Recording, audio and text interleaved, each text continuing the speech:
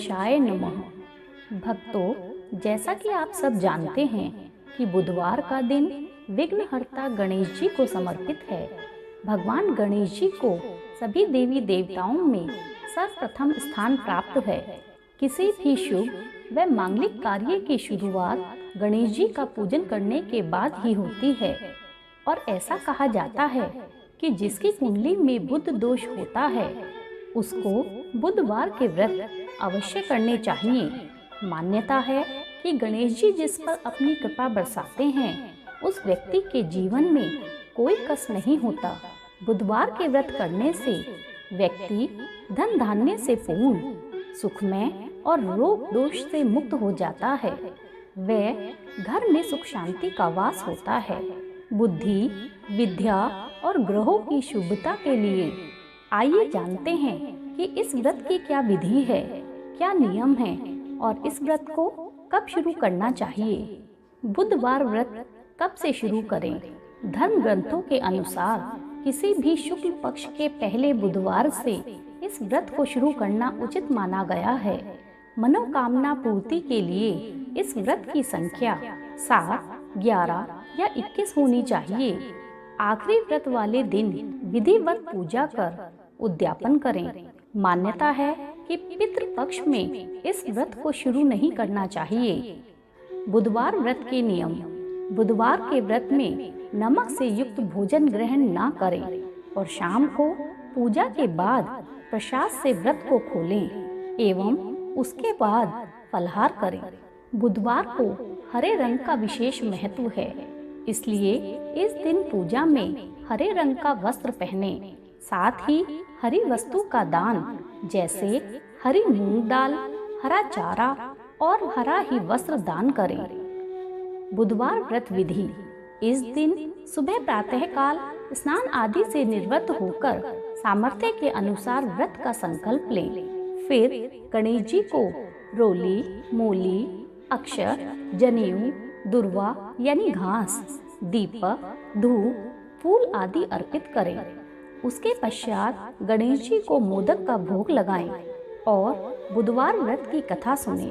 बुध देव का स्मरण कर बुध यंत्र की पूजा करें। जल में हरी इलायची डालकर बुध देवता को अर्घ्य दें तथा ओम भ्राम भ्रीम ब्रोम सह बुद्धाय नमः मंत्र का 5 बार जाप करें। साथ ही गणेश चालीसा का भी पाठ करें और फिर आरती कर गरीबों को हरी वस्तुओं का दान दें।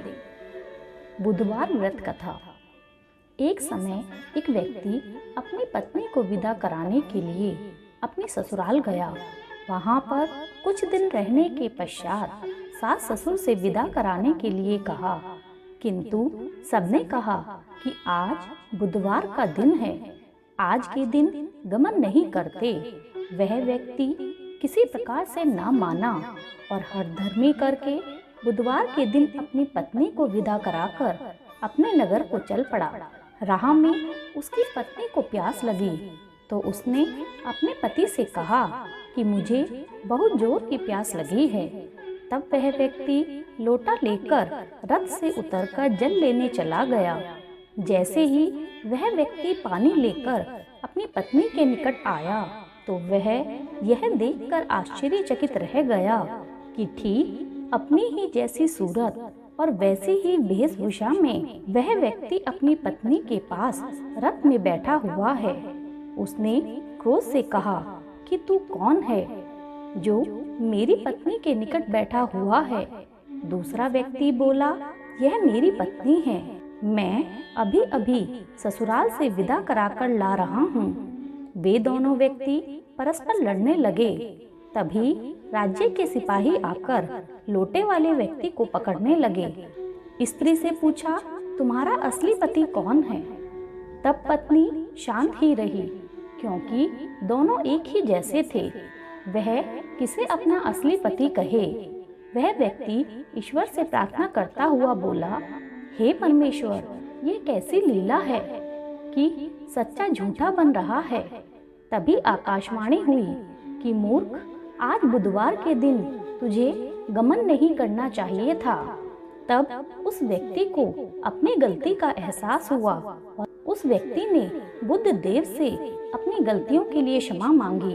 बुद्ध देव उसको क्षमा दान देकर अंतर्ध्यान हो गए। वह अपनी स्त्री को लेकर घर आया तथा बुधवार का व्रत वे दोनों पति पत्नी नियम पूर्वक करने लगे।